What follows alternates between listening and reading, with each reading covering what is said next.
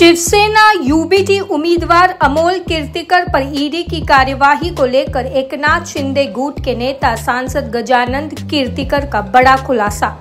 सांसद गजानन कीर्तिकर बोले, ईडी की कार्यवाही गलत हो रही है। खिचड़ी मामले में ईडी द्वारा हो रही जांच गलत है। इस मामले में ईडी का कोई मामला नहीं बनता। खिचड़ी मामले में सिर्फ एक व्यवसाय किया गया है।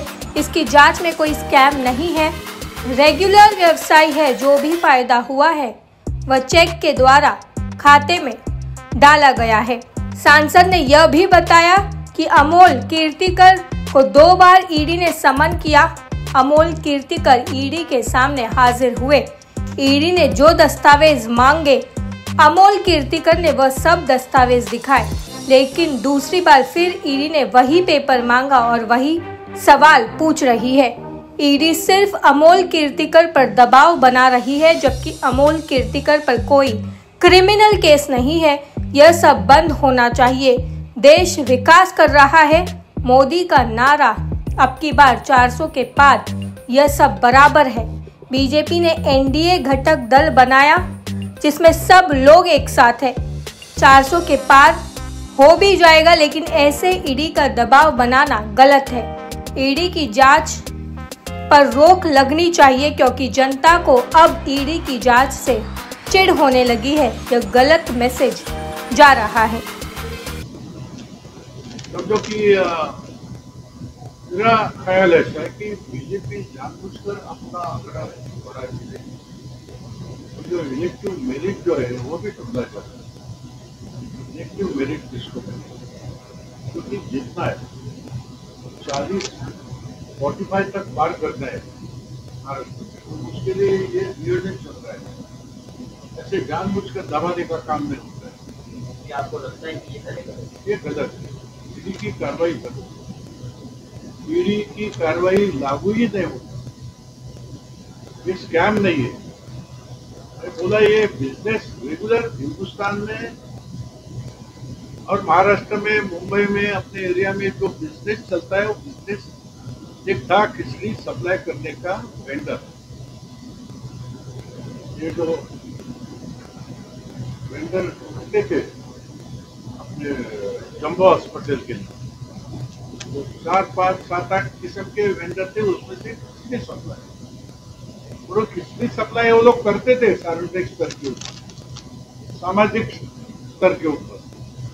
लेकिन जब ये जम्बो की कल्पना आ गई तो बोले कि अगर ये अभी जम्बो को खिचड़ी सप्लाई करना है तो ये कंपनी फॉर्म किया संजय मार्शल कर।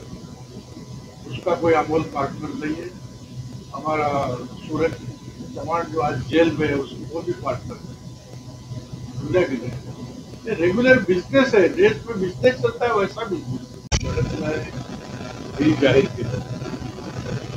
उत्तर पश्चिम मधून बहुमताचा उमेदवार अमोल कीर्तिकर आहे आणि उत्तर पश्चिमातून आमच्या युतीचा शिवसेनेचा उमेदवार लवकरच जाहीर होणार आणि त्या उमेदवारासाठी सर्व ताकदीने उभं राहून या भागातला विद्यमान खासदार म्हणून माझ्या पक्षाने दिलेला उमेदवार त्याला विजय करण्याच्या दृष्टीने माझं सर्वस्वी म्हणायला लावलं हा एक स्पष्ट होतो। 25 वर्ष युतीमधून निवडणूक लढली गेली। लोकसभा 2009, 2014 आणि 19 तिन्ही वेळेला शिवसेना, भाजप आणि युती त्यावेळेला राष्ट्रवादी नव्हती।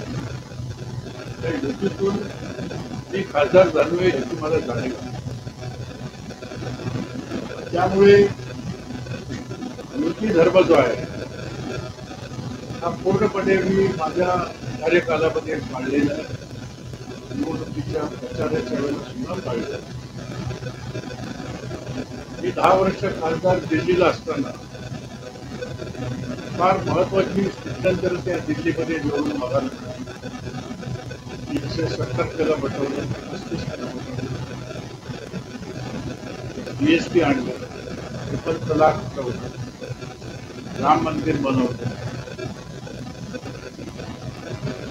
त्याचप्रमाणे G20चं अध्यक्षपद हे आंतरराष्ट्रीय सन्मान देशाला मिळवण्याचं काम मोदी साहेबांनी केलं.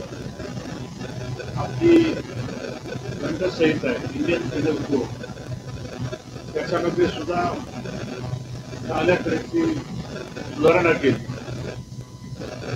त्याचबरोबर आपले मुस्लिम देश आहेत बाजूचे, पाकिस्तान, बांगलादेश, अफगाणिस्तान, इकडे असणारे ऑपरेस मायनॉरिटी जे आहेत, हिंदू आहेत, शीख आहेत, अदर दॅन मुस्लिम, त्यांना भारतात आल्यानंतर नागरिकत्व बहाल मिळावं म्हणून सिटीजन अमेंडमेंट ऍक्ट त्या ठिकाणी मंजूर झालेला, त्याच्यामध्ये सहभागी व्हायला संधी मला पार्लमेंटमध्ये मिळाली. आता ही जी निवडणूक आहे 24, मोदी साहेबांचा कार्यकाल 10 वर्षाचा संपल्यानंतर आणि साहजिकच हिंदू धर्मासाठी, सनातन धर्मासाठी वर्षानुवर्ष या हिंदूंवरती होणारं आक्रमण, 250 वर्षाचं मोठे आक्रमण, 150 वर्षाचं ब्रिटिशांची राजवट, त्यानंतर स्वतःचं सरकार 75 वर्ष, या सगळ्या कालावधीमध्ये हिंदू आणि सनातन धर्मासाठी अत्यंत तळमळीने आणि प्रामाणिकपणे मोदी साहेबांनी काम केलेलं आहे, ते मी जवळून बघितलं.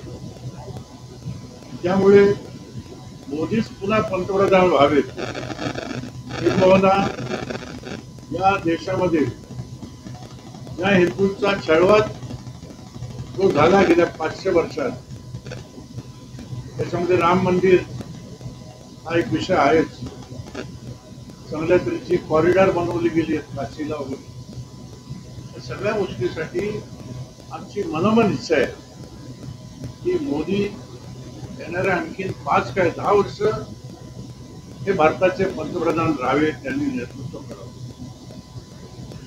आता प्रश्न असा आहे की देशातली जनता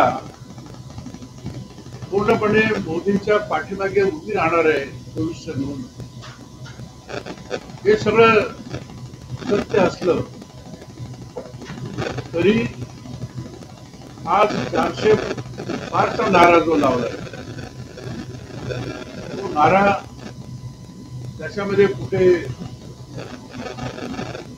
असा दर्प येता कामा नये. दर्प जो आहे हा मोदी किंवा शहांचा नाहीये.